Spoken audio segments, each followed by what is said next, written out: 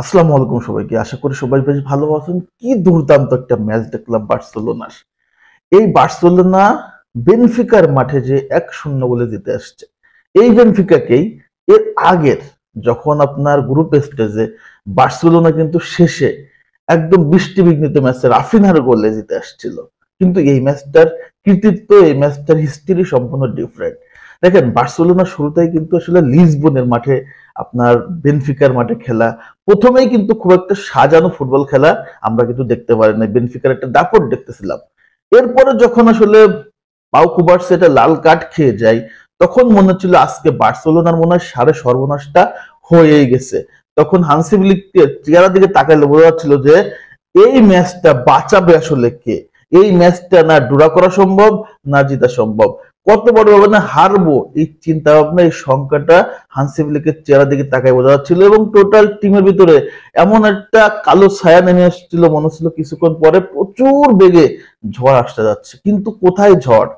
Barcelona যখন লাল card খেয়ে যায় আপনার হচ্ছে পাউ কুবার্সি, এর পর থেকে কিন্তু একটু অগোছালো ফুটবল খেললেও বার্সেলোনা গোল হজম করে নাই।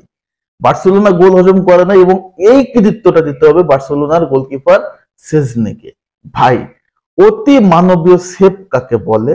আপনি দেখেন, 9টা সেভ করছে। বয়সটা কত, অবসর নিয়ে চলে গেছিল, বার্সেলোনাটাকে আবার ব্যাক করে নিয়ে আসছে।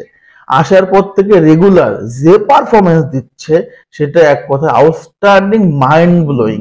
তার পারফরমেন্সটা এক কথায় সুপার লেভেলের। এবং এই সুপার লেভেলের পারফরমেন্সের ভেতরে 61 মিনিটে যখন রাফিনা গোলটা করলো, তখন কিন্তু বার্সেলোনার সুর চেঞ্জ হয়ে গেল। এরপর থেকে বার্সেলোনা মনে হচ্ছিল একটু প্রাণের সঞ্চয় পাইছে। এই যে বার্সেলোনা যে গোলটা রাফিনা দিল, একবারই মানে এই গোলটা কিন্তু যে কোনো গোলকিপার ঠেকাই দিতে পারে, কিন্তু কেন যে সে মিস করলো আমি এটা বুঝলাম না। রাফিনা একটা চমৎকার সুযোগ পাইছে এবং সেখান থেকে রাফিনার দুর্দান্ত একটা গোল। এবং এই জয়ের মাধ্যমে বেনফিকার মাঠ থেকে রাফিনা তার দলকে জয় ছিনিয়ে নিয়ে আসছে। টোটাল ম্যাচ জুড়ে পেড্রির পারফরমেন্স ছিল দুর্দান্ত, সেজনির পারফরমেন্স ছিল দুর্দান্ত। রাফিনা শুধুমাত্র পাউ কুবার্সের লাল কার্ডটা না পাইলে এই ম্যাচটাতে রেজাল্ট ভিন্ন হতে পারতো। তবে তবে বেনফিকা যে লেভেলের আক্রমণ করছে, যে লেভেলের আসলে পারফরমেন্স করছে, সেখানে শুধুমাত্র যদি বলতে হয় যে একটা মাত্র দেয়াল হিসেবে দাঁড়িয়েছিল সেজনি। আমি এই লোকটার দিকে তাকায় আসলে অবাক হচ্ছি যে আসলে এই বয়সে অবসর নিয়ে ফিরে আসার পর এই বয়সে এই ম্যাচটাতে সেজনি ছাড়া আর কারোর পক্ষে সম্ভব ছিল না এই ম্যাচটা বাঁচানো, কোনোভাবে সম্ভব ছিল না। আপনি বেনফিকার আক্রমণগুলো দেখবেন, শেষ সময় যে সেভটা দিছে উড়ান্ত একটা সেভ, বা এমন একটা সেভ চোখে লেগে থাকার মতো। সেজনি আসলেই দুর্দান্ত, দুর্দান্ত। সো বার্সেলোনা তাদের কাঙ্ক্ষিত জয় পেয়ে গেছে, যেহেতু অ্যাওয়ে ম্যাচ জিতে আসছে। সো হোম ম্যাচটা ইজি হবে এবং 10 জন বেনফিকার এগনেস্টে জিততে পারে। বার্সেলোনা ঘরের মাঠে জিতাটা কঠিন হবে না। সো বার্সেলোনা মনে করতে পারেন যে রাউন্ড অফ 16 অলরেডি পার হয়ে গেছে।